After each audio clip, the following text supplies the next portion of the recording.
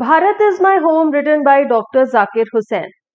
Hello everyone, I am Ruchika and I welcome all of you to English Academy. This is the name of the chapter which is in the syllabus of Bihar State Education Board Class 12th Rainbow Book और आज हम ये chapter discuss करने वाले हैं.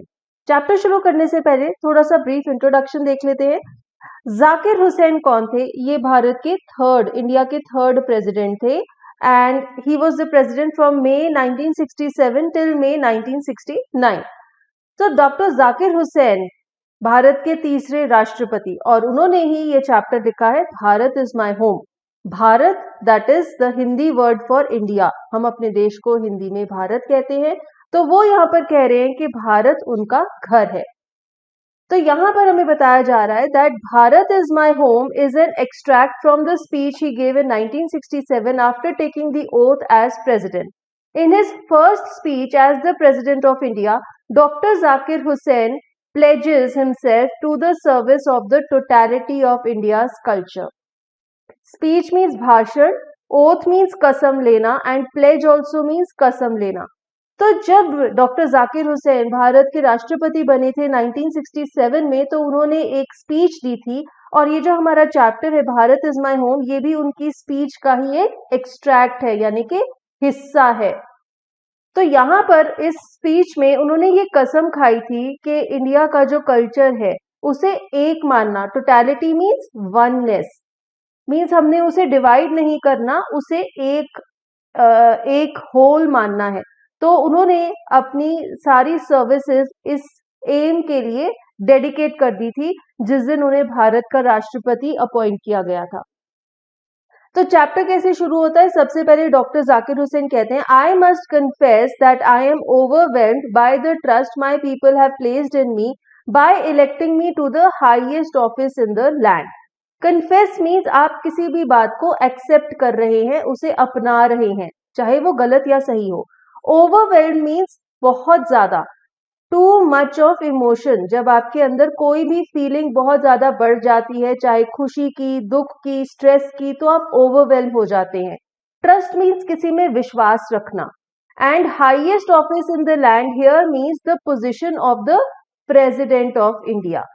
तो यहाँ पर हमारे राइटर डॉक्टर जाकिर हुसैन कहते हैं कि मैं ये एक्सेप्ट कर रहा हूँ कि मेरे देश के लोगों ने मुझ में बहुत ज्यादा विश्वास रखा है और उससे मेरे अंदर भी बहुत ज्यादा खुशी और थैंकफुलनेस की भावना जाग गई है, क्योंकि मेरे देश के लोगों ने मुझे अपने देश का राष्ट्रपति नियुक्त किया है, जो कि हमारी कंट्री का हाईएस्ट ऑफिस है.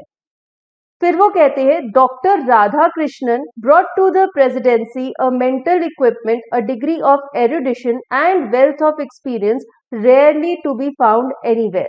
अब डॉक्टर राधा कृष्णन यानी कि डॉक्टर सर्वपल्ली राधाकृष्णन, ये कौन थे? ये भारत के सेकंड प्रेसिडेंट थे. डॉक्टर सर्वपल्ली राधाकृष्णन, इनकी फोटो आप यहाँ पर देख सकते हैं.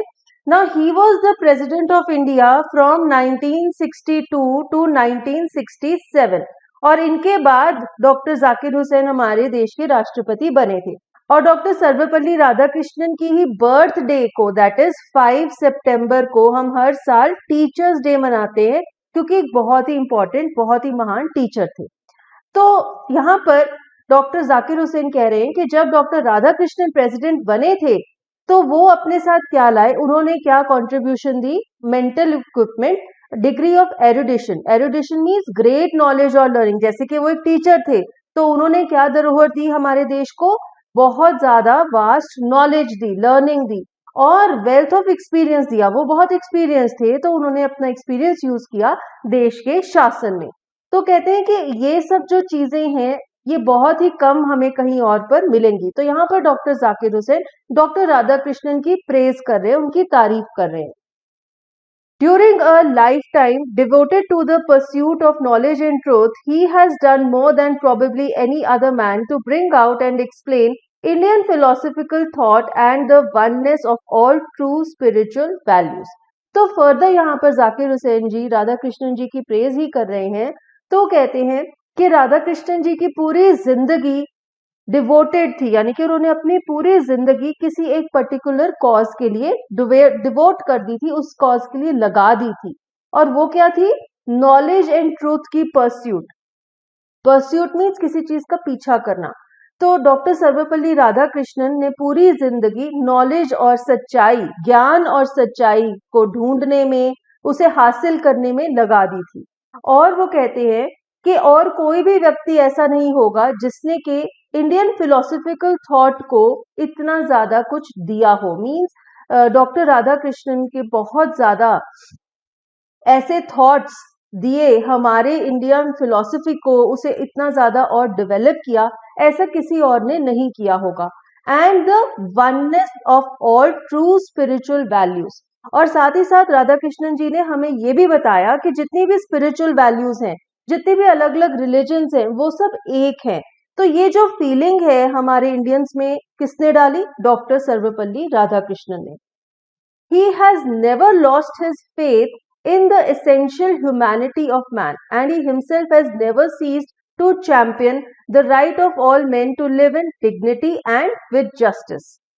Ceased means stopped, रुक जाना, and champion means to stand up for something, किसी चीज को सपोर्ट देना। तो यहाँ पे further doctor Zakir Hussain doctor Radhakrishnan की प्रेज कर रहे हैं और उसे कहते हैं, और वो कहते हैं कि डॉक्टर राधाकृष्णन ने कभी भी ह्यूमैनिटी में विश्वास नहीं खोया। मीन्स उन्होंने हमेशा कहा कि इंसानियत एक बहुत बड़ी चीज है और उसमें विश्वास रखा, और वो लोगों के इस अधिकार के लिए हमेशा लड़ते रहे। क्या अधिकार?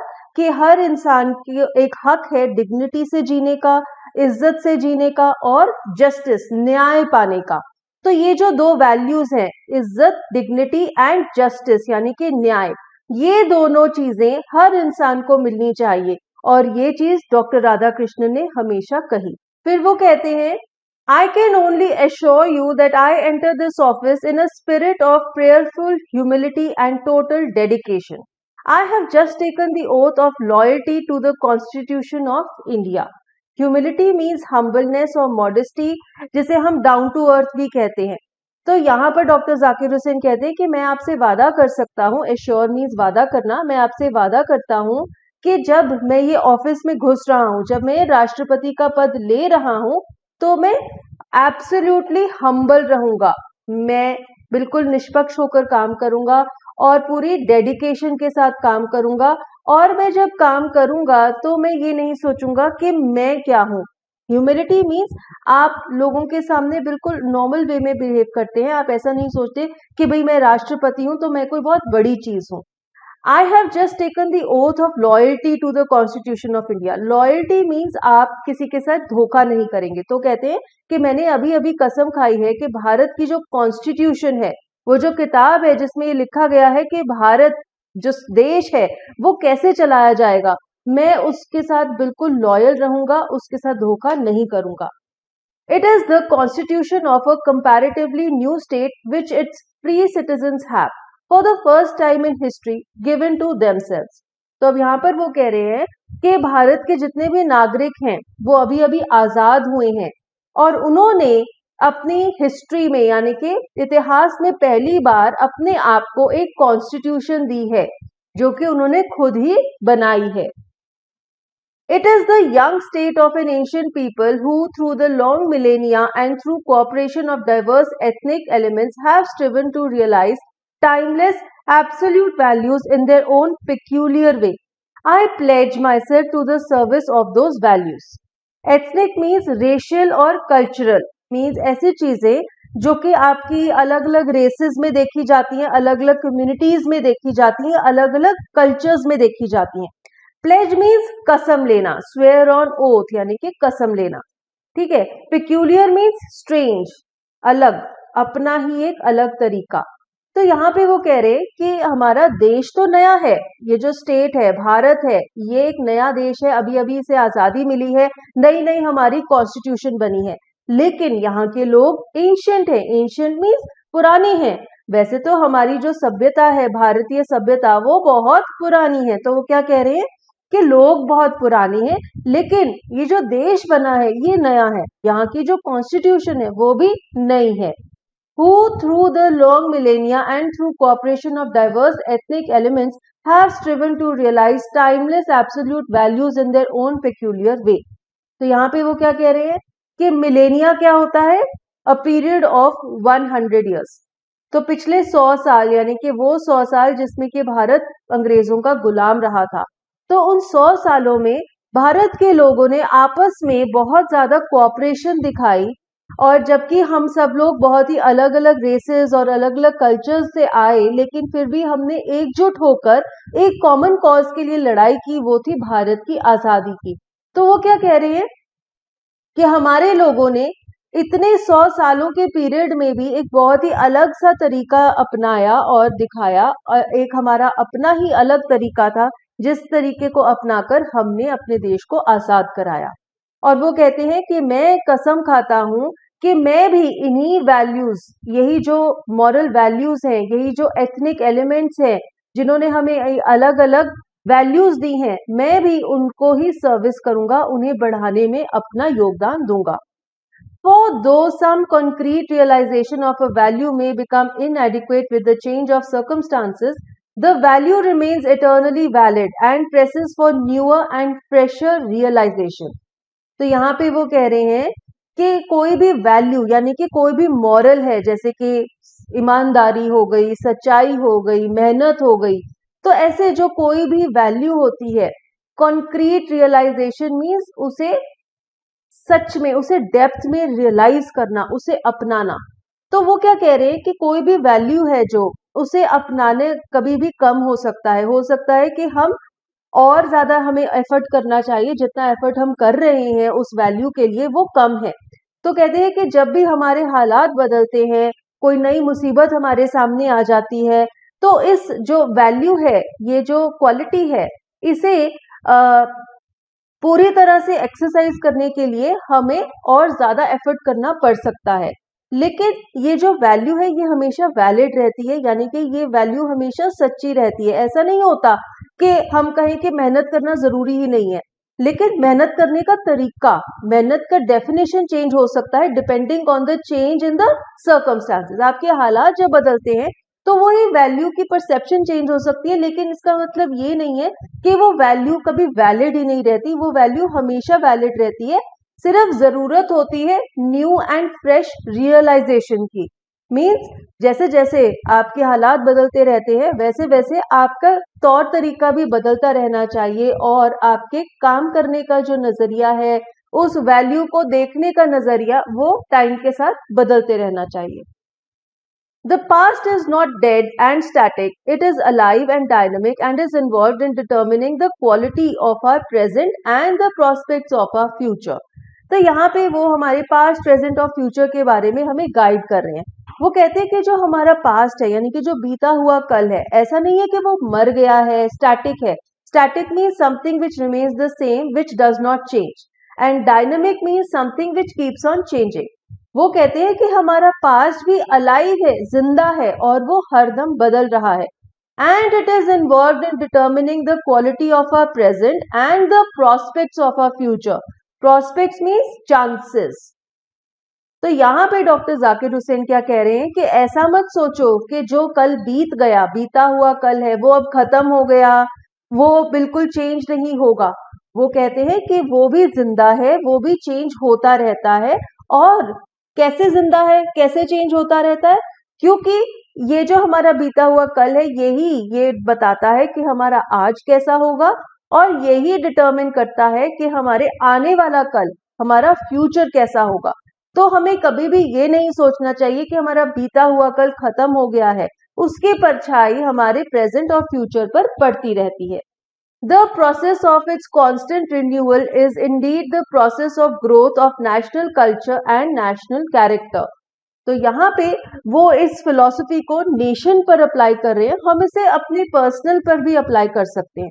वो क्या कह रहे हैं कि ये जो प्रोसेस है, प्रोसेस क्या है कि जो हमारा पास्ट है, अब हर रोज हमारा कल जो था वो पास्ट बनता जाता है। तो कह रहे हैं कि ये जो प्रोसेस है कॉन्स्टेंट रिन्यूअल का, कि कॉन्स्टेंटली हमारा पास्ट, हमारा फ्यूचर और प्रेजेंट डिटरमिन करता है। ये ही प्रोसेस है जो कि एक देश के कल्चर और एक देश के कैरेक्टर को ग्रो करने में मदद करता है। तो वो क्या कह रहे हैं कि कभी ये मत सोचो आज जो आप काम कर रहे हो, कल सुबह ये आपका पास्ट हो जाएगा, लेकिन कल की सुबह कैसी होगी, परसों कैसा होगा, वो डिपेंड करेगा आपके आज पर, जब ये आज पास्ट बन जाएगा। तो आपको कंटिन्यूसली एक अच्छा पास्ट बनाना है, क्योंकि आपका प्रेजेंट और फ्यूचर उस पर ही डिपेंड होगा। और वो कह रहे हैं कि देश का जो कल्चर है, देश के जो रिवाज हैं, देश का जो कैरेक्टर है, वो सब भी इसी प्रोसेस पर डिपेंड करता है। It is the business of education, as I see it, to minister this constant renewal, and I may be forgiven the presumption that my choice to this high office has mainly, if not entirely, been made on account of my long association with the education of my people. Presumption means an idea that is taken to be true.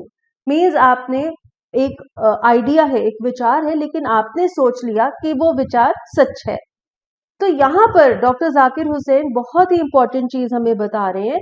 वो कहते हैं कि उनका ये मानना है कि जो एजुकेशन है, एजुकेशन का क्या मेन एम है कि ये जो कांस्टेंट रिन्यूअल का प्रोसेस है, इसे मिनिस्टर करना। यहाँ पे मिनिस्टर का मतलब मंत्री नहीं है, यहाँ पे मिनिस्टर का मतलब है एडमिनिस्टर, यानी कि किसी चीज को चेक करना, किसी चीज की ग्रोथ को ध्यान रखना, उसे अपने मॉनिटरिंग में रखना, ताकि आप उसे देख सकें कि वो किस दिशा में जा रहा है।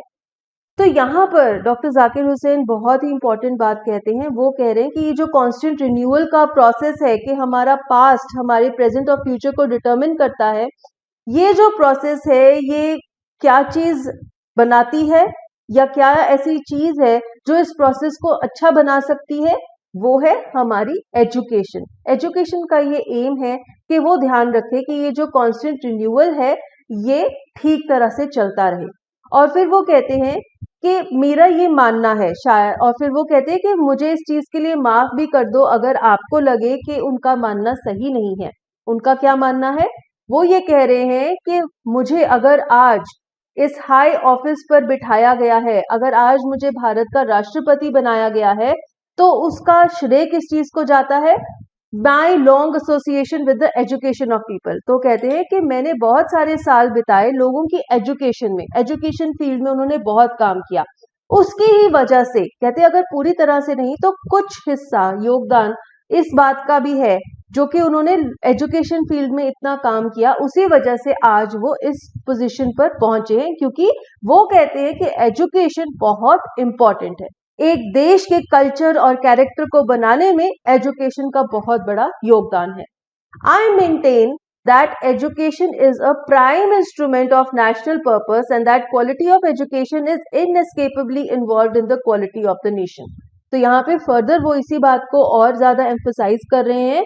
मेंटेन का मतलब है कि मैं अपनी पिछली बात पर ही फर्म रहूंगा और मैं उसे ही कंटिन्यू करूंगा, और मैं ये कह रहा हूं कि education is a prime instrument. Prime means main and instrument means जरिया। तो कह रहे कि एजुकेशन एक ऐसा मेन जरिया है जिससे आप नेशनल पर्पस क्रिएट कर सकते हैं, और जो क्वालिटी ऑफ एजुकेशन है वो बहुत ज्यादा योगदान देती है क्वालिटी ऑफ द नेशन में। देश की क्वालिटी कैसी है, that depends on the quality of education that is given in that country. बहुत ही इंपॉर्टेंट बात यहाँ पर डॉक्टर जाकिर हुसैन कह रहे हैं। Then he says, I therefore pledge myself to the loyalty of our past culture from wheresoever it may have come and by whomsoever it may have been contributed. I pledge myself to the service of the totality to my country's culture. Pledge again, it means कसम लेना, मैंने पहले ही बताया था आपको। तो वो यहाँ पर कंक्लूड कर रहे हैं I therefore, तो कहते हैं फाइनली therefore मैं कसम खा रहा हूं कि मैं अपने देश की जो पास्ट कल्चर है, यानी कि जो पुरानी धरोहर है, चाहे वो जहां से भी आई हो, चाहे वो किसने भी कंट्रीब्यूट की हो, वो मैटर नहीं करता। जो भी भारत का कल्चर है, जो कि हमें धरोहर में, हेरिटेज में मिला है अपने बड़ों से, मैं ये कसम खाता हूं कि मैं उसके प्रति लॉयल रहूंगा, उसे अपनाऊंगा और उसको फॉलो करूंगा।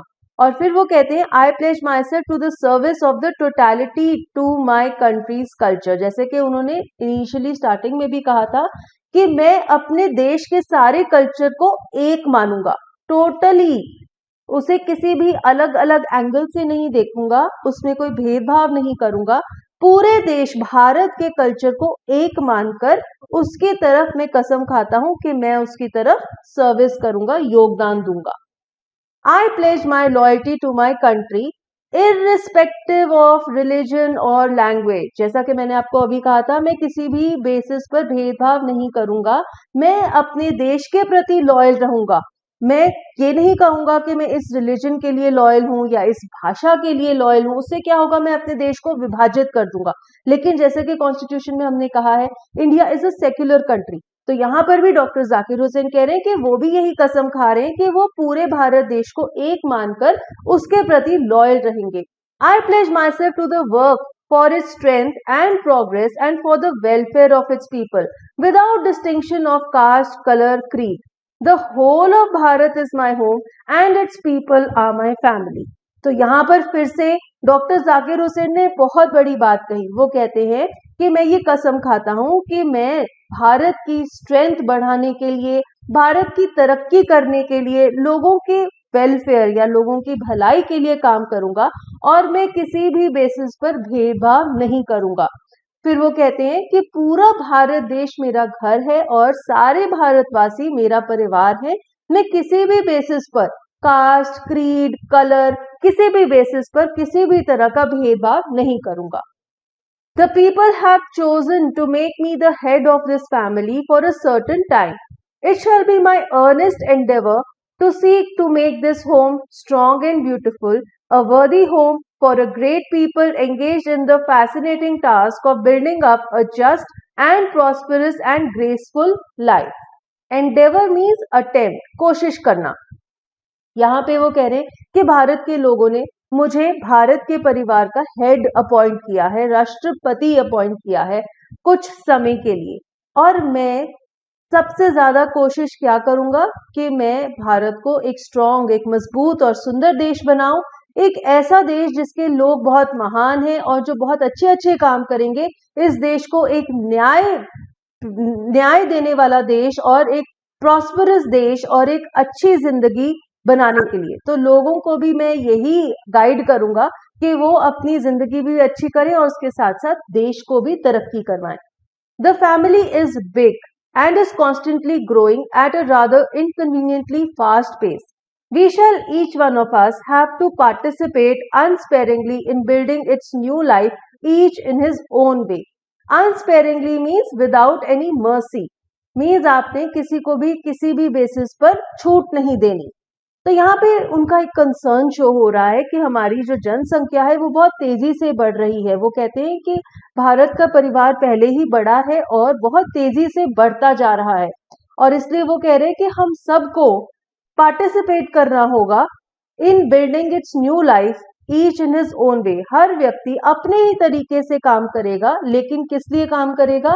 एक नई जिंदगी, एक नया भारत बनाने के लिए काम करेगा, और कोई भी अपने आप को इससे पीछे नहीं रखेगा। सब लोग इस एम से काम करेंगे। For sheer size, the tasks ahead of us are so demanding that no one can afford to sit back and just watch or let frustration become endemic in our country.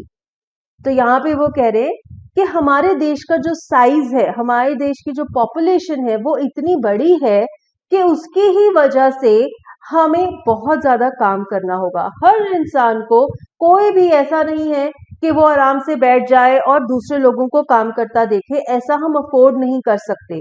हमारे पास ये चीज की possibility नहीं है, क्योंकि अगर ऐसा होगा तो क्या होगा, सब लोग फ्रस्ट्रेटेड हो जाएंगे और हमारे देश में बिल्कुल भी तरक्की नहीं होगी। तो यहाँ पे डॉक्टर जाकिर हुसैन सारे भारत के लोगों को ये कह रहे हैं कि हमारी जनसंख्या इतनी बड़ी है कि कोई भी व्यक्ति ये अफोर्ड नहीं कर सकता कि वो अपने हिस्से का काम ना करे। सभी लोगों को उठना पड़ेगा, अपने हिस्से का योगदान देना पड़ेगा हमारे देश को एक बेहतर देश बनाने में।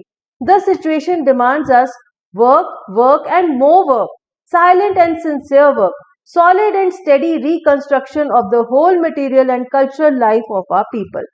तो यहाँ पे फिर से वो एक बहुत ही इंपॉर्टेंट बात हमें कह रहे हैं। वो कह रहे हैं कि अभी जो हमारे हालात हैं वो कैसे हैं। कुछ साल पहले ही हमारे देश को आजादी मिली है अंग्रेजों से, तो कह रहे हैं कि अभी जो सिचुएशन है उसकी मांग है work, work and more work. चुप करो और सिर्फ सिंसियरली यानी कि सच्चे मन से काम करो। सॉलिड एंड स्टेडी रिकंस्ट्रक्शन, अपने देश को दोबारा से बनाने के लिए काम करो और देश का जितना भी मटेरियल है यानी कि जितना भी इंफ्रास्ट्रक्चर है, साथ ही साथ लोगों की कल्चरल लाइफ, दोनों चीजों को हमें इकट्ठे बिल्ड करना है, उसे कंस्ट्रक्ट करना है और जिसके लिए हमें सिर्फ काम करना है। This work, as I see it, has two aspects: work on one's self and work for the society around. They are mutually fruitful aspects of work. तो अब यहाँ पे वो कह रहे हैं कि जिस तरह से मैं काम को देखता हूँ तो इसके दो पक्ष होते हैं। पहला पक्ष है कि हम अपने ऊपर काम करते हैं और दूसरा पार्ट है कि हम सोसाइटी यानी कि अपने आसपास के लोगों के लिए काम करते हैं। और वो कहते हैं कि ये जो दो एस्पेक्ट्स हैं वर्क के, एक तो हम अपने लिए काम कर रहे हैं और दूसरा हम सोसाइटी के लिए काम कर रहे हैं। ये जो दोनों एस्पेक्ट्स हैं ये म्यूचुअली फ्रूटफुल है यानी कि दोनों इकट्ठे चलते हैं, दोनों पैरेलली चलते हैं और हमें दोनों काम करने हैं इकट्ठे, दोनों पर वर्क करना है। The work on oneself is to follow the urge towards moral development as a free person and under self-imposed discipline, which alone can render that development possible. Its end product is a free moral personality. तो अब वो इस चीज को elaborately हमें detail में समझा रहे हैं कि हमने अपने ऊपर क्या काम करना है। तो कहते हैं कि जो वर्क ऑन वन सेल्फ यानी कि हमने यानी कि एक मैं हूं, मैंने अपने ऊपर क्या काम करना है। अर्ज क्या होती है? एक रिक्वायरमेंट, एक डिजायर। तो क्या कह रहे हैं कि हमारे सबके अंदर एक चाहत उठती है कि हम अपने मॉरल डेवलपमेंट करें यानी कि अपनी जो मॉरल वैल्यूज हैं, सच्चाई, ईमानदारी, मेहनत, इन सब पर और काम करें। अब हम सब लोग आजाद हो गए हैं, हम एक आजाद देश के वासी हैं, हम पर किसी का भी कोई वो नहीं है, रूल नहीं है, हम फ्री हैं अपने फैसले लेने के लिए। तो कह रहे हैं कि इसकी वजह से अब हमें क्या करना पड़ेगा? सेल्फ इम्पोज्ड डिसिप्लिन, हमें खुद ही अपने आप को अनुशासित करना पड़ेगा, जिससे क्या होगा? हम अपने मॉरल्स को डेवलप कर पाएंगे और इसी से मॉरल डेवलपमेंट पॉसिबल हो पाएगी। और फिर वो कहते हैं it's and product is a free moral personality. जब हम अपने ऊपर अनुशासन लागू कर पाएंगे उससे क्या चीज मिलेगी? अ फ्री मॉरल पर्सनालिटी, एक ऐसा शख्स बनेगा जिसके अंदर मॉरल्स कूट कूट के भरे होंगे, उसे किसी और बाहरी पावर की जरूरत नहीं होगी जो कि उस पर ये मॉरल्स लागू कर सके। जब मैं खुद ही इतनी अनुशासित हूं, अपने में पूरा डिसिप्लिन फॉलो कर रही हूं, तो मैं खुद ही अपने मॉरल वैल्यूज को भी डेवलप करूंगी और उन्हें फॉलो करूंगी, मुझे किसी बाहरी इन्फ्लुएंस की जरूरत नहीं पड़ेगी। We can neglect the end product only at our peril. Peril means serious and immediate danger, खतरा। तो कह रहे हैं कि अगर हम इस एंड प्रोडक्ट को निग्लेक्ट करना चाहते हैं, मीन्स उसे ओवरलुक करना चाहते हैं, हम नहीं चाहते कि एक फ्री मॉरल पर्सनालिटी डेवलप हो, तो उससे क्या होगा? हमारा ही नुकसान होगा, हम ही खतरे में आएंगे, हम ही खत्म हो जाएंगे। This end product cannot sustain itself without seeking and exercising itself to bring about the approximation of the society to which it is privileged to serve to a better, a juster and a more graceful way of life. अब यहाँ पे Juster का मतलब क्या है? Comparative degree of just, जिसे हम कहेंगे मोर जस्ट। आज की डिक्शनरी में जस्टर वर्ड एग्जिस्ट नहीं करता, जस्ट की कंपैरेटिव डिग्री क्या होगी? More just. तो अब यहाँ पर हम ये भी कह सकते हैं कि ये जो एक्सट्रैक्ट है हमारे सिलेबस में, इसका एम ये है कि हम भी इस बात को अपनी लाइफ पर अप्लाई करें जो डॉक्टर जाकिर हुसैन ने इतने साल पहले अपनी स्पीच में कही थी। वो ये कह रहे हैं कि ये जो एंड प्रोडक्ट है moral personality, this cannot sustain itself. Sustain means अपने आप को मेंटेन करना, अपने आप को जिंदा रखना, without seeking and exercising itself to bring about the approximation. Approximation क्या मतलब होता है? Means आप exactly उस जगह पर नहीं है, उसके आसपास हैं। Approximation of the society to which it is privileged to serve to a better, a juster and a more graceful way of life. तो इस पूरे सेंटेंस का मतलब ये है कि अगर हम ये एंड प्रोडक्ट को नहीं अचीव करते, मीन्स अगर हम अपने आप को अनुशासित करके एक फ्री मॉरल पर्सनालिटी नहीं डेवलप करते तो क्या होगा कि हम जिस तरह की जिंदगी चाहते हैं कि हमारा जो देश है वो एक बेहतर देश बने, जहाँ पे सब लोगों को न्याय मिले और एक अच्छा तरीका मिले जिंदगी जीने का, वो चीज हम कभी भी क्रिएट नहीं कर पाएंगे। जब तक हर इंसान अपने में एक फ्री मॉरल पर्सनालिटी नहीं बन जाता, अपने आप को अनुशासित नहीं कर पाता, तो वो अपने देश को बेहतर नहीं बना पाएगा। The individual cannot grow in full perfection without a corresponding advance of the collective social existence. तो यहाँ पे वो कह रहे हैं कि कोई भी इंसान, कोई भी इंडिविजुअल फुल परफेक्शन में ग्रो नहीं कर सकता जब तक कि उसकी जो पूरा सोशल एग्जिस्टेंस है वो भी सेम वे पर ग्रो करे। तो वो क्या कह रहे हैं कि आपकी जो पर्सनल डेवलपमेंट है और जो आपकी सोसाइटी की डेवलपमेंट है वो साथ साथ चलेगी। ऐसा नहीं है, आप अगर ये सोचें कि आप सिर्फ अपने आप को अच्छा बना लेंगे और अपने आसपास की सोसाइटी को कोई योगदान नहीं देंगे, आपके आसपास के लोग पिछड़े हुए हैं तो भी ठीक है, नहीं, ऐसा पॉसिबल ही नहीं है। आपको अपनी सोसाइटी की ग्रोथ को भी अपने साथ लेकर चलना होगा। जैसे जैसे आप अपने आप को इम्प्रूव करते हैं वैसे वैसे आपको इस इम्प्रूवमेंट को बाकी लोगों को भी देना होगा ताकि वो लोग भी इम्प्रूव कर सकें। Let us resolve to get wholeheartedly engaged in these two aspects of work, individual and social. Resolve means कसम खाना। तो कहते हैं कि चलिए आज हम ये कसम खाते हैं कि हम पूरे दिल से योगदान देंगे, एंगेज हो जाएंगे इन टू एस्पेक्ट्स ऑफ वर्क। दो एस्पेक्ट्स क्या है? Individual and social. तो हम अपने ऊपर भी काम करेंगे और अपने आसपास के लोगों पर भी काम करेंगे। हम अपने आप को भी सुधारेंगे, अपने आप को भी मॉरली अच्छा बनाएंगे और साथ ही साथ अपने आसपास के लोग जैसे कि अपने फ्रेंड्स, अपने रिलेटिव्स, अपने बहन भाई, अपने जितने भी कामकाज में हमें लोग मिलते हैं, हम उन्हें भी ये मॉरल वैल्यूज पास ऑन करेंगे ताकि हम सब मिलकर एक बेहतर सोसाइटी, एक बेहतर देश बना सके। This dual effort will give to the life of our state a special flavor. For the state to us will not be just an organization of power but a moral organization. तो ये जो dual effort है, ये जो दोहरा काम हम करेंगे, एक काम तो हम अपने ऊपर करेंगे और दूसरा काम हम अपनी सोसाइटी पर करेंगे। तो ये जब हम डबल एफर्ट करेंगे इससे क्या होगा, हमारे देश को एक स्पेशल फ्लेवर मिलेगा। मीन्स हमारे देश का जो आउटलुक है, हमारे देश की जो अपीयरेंस है वो अलग सी बन जाएगी।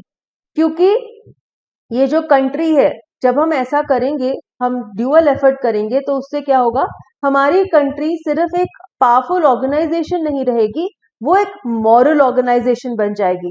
क्योंकि हमने ही अपना योगदान देके अपने सारी सोसाइटी की मॉरल्स को इम्प्रूव किया। तो उससे क्या होगा, हमारी कंट्री पावर पे बेस्ड नहीं होगी बल्कि मॉरल्स पे बेस्ड होगी। It is a part of national temperament and inheritance from the great leader of our liberation movement, Mahatma Gandhi, that power should be used only for moral purposes. The peace of the strong is what we shall dedicate ourselves to work for. अब यही चीज हमें पिछले chapter में भी देखने को मिली थी, इंडियन सिविलाइजेशन एंड कल्चर, जिसे महात्मा गांधी जी ने लिखा हुआ था और जिसमें उन्होंने एक बहुत ही अच्छा कंपैरिजन दिया था इंडियन सिविलाइजेशन और वेस्टर्न सिविलाइजेशन के बीच में। और उन्होंने भी हमें बताया था कि किस तरह से इंडियन सिविलाइजेशन मॉरल्स और स्पिरिचुअल वैल्यूज पर बेस्ड है। तो यहाँ पर भी डॉक्टर जाकिर हुसैन उसी चीज को टच कर रहे हैं और वो कहते हैं कि हमारे देश के जो महान नेता थे जिन्होंने हमें आजादी दिलाई, महात्मा गांधी जी, जिन्हें फादर ऑफ द नेशन भी कहा जाता है, उन्होंने भी हमारे अंदर एक ऐसा ही टेम्परामेंट, एक ऐसा ही थॉट डाला, एक ऐसा विचार डाला और ये विचार हमें उन्हीं से मिला है। उन्होंने क्या कहा कि पावर यानी कि जितना भी शक्ति है उसे आपको यूज करना है सिर्फ मॉरल पर्पसेस के लिए, अपने पावर को गलत पर्पसेस के लिए यूज नहीं करना। मीन्स किसी को मारना नहीं, जैसे कि उन्होंने नॉन वायलेंस को प्रमोट किया था और उन्होंने स्वराज को प्रमोट किया था, that is home rule, Swaraj जिसे हम कहते हैं। तो ये जो दो चीजें हैं ये सब भी यही प्रमोट करती हैं कि हमारे पास जितनी भी पावर है हम उसे मॉरल यानी कि सही रीजंस के लिए यूज करेंगे। और साथ ही साथ वो ये भी कहते हैं the peace of the strong is what we shall dedicated ourselves to work for. तो यानी कि जितने भी लोग जो स्ट्रांग हैं वो शांति बनाए रखेंगे। ऐसा नहीं है कि अगर आप स्ट्रांग हैं, आप पावरफुल हैं, तो आप क्या करेंगे, आप अपने से कमजोर व्यक्ति को तंग करेंगे, उसे एक्सप्लॉइट करेंगे। ऐसा नहीं है, ये गलत है। भारत ने हमेशा शांति को सपोर्ट किया है। हमें ये भी पता है कि जितने भी इंटरनेशनल कॉजेस होते हैं, इंटरनेशनल डिस्प्यूट्स होते हैं, उसमें भी हमारा देश एक शांतिपूर्वक देश है, हमेशा पीस मेंटेन करने की कोशिश करता है।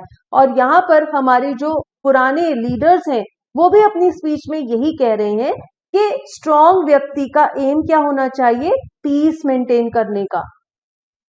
I have full faith in my people that they will bring forth the energy requisite for the satisfactory performance of this dual task. It shall be my privilege to contribute my share to this enchanting enterprise. Fourth means आगे लाना, front.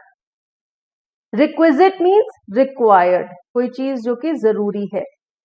तो यहाँ पे doctor Zakir Hussain कहते हैं कि मेरे अंदर पूरा भरोसा है कि मेरे देश के लोग क्या करेंगे, जो एनर्जी रिक्वायर्ड है ताकि हम ये डुअल टास्क को परफॉर्म कर सकें, यानी कि हम अपने आप को भी इम्प्रूव कर सकें मॉरली और अपने देश को, अपनी सोसाइटी को भी इम्प्रूव कर सकें।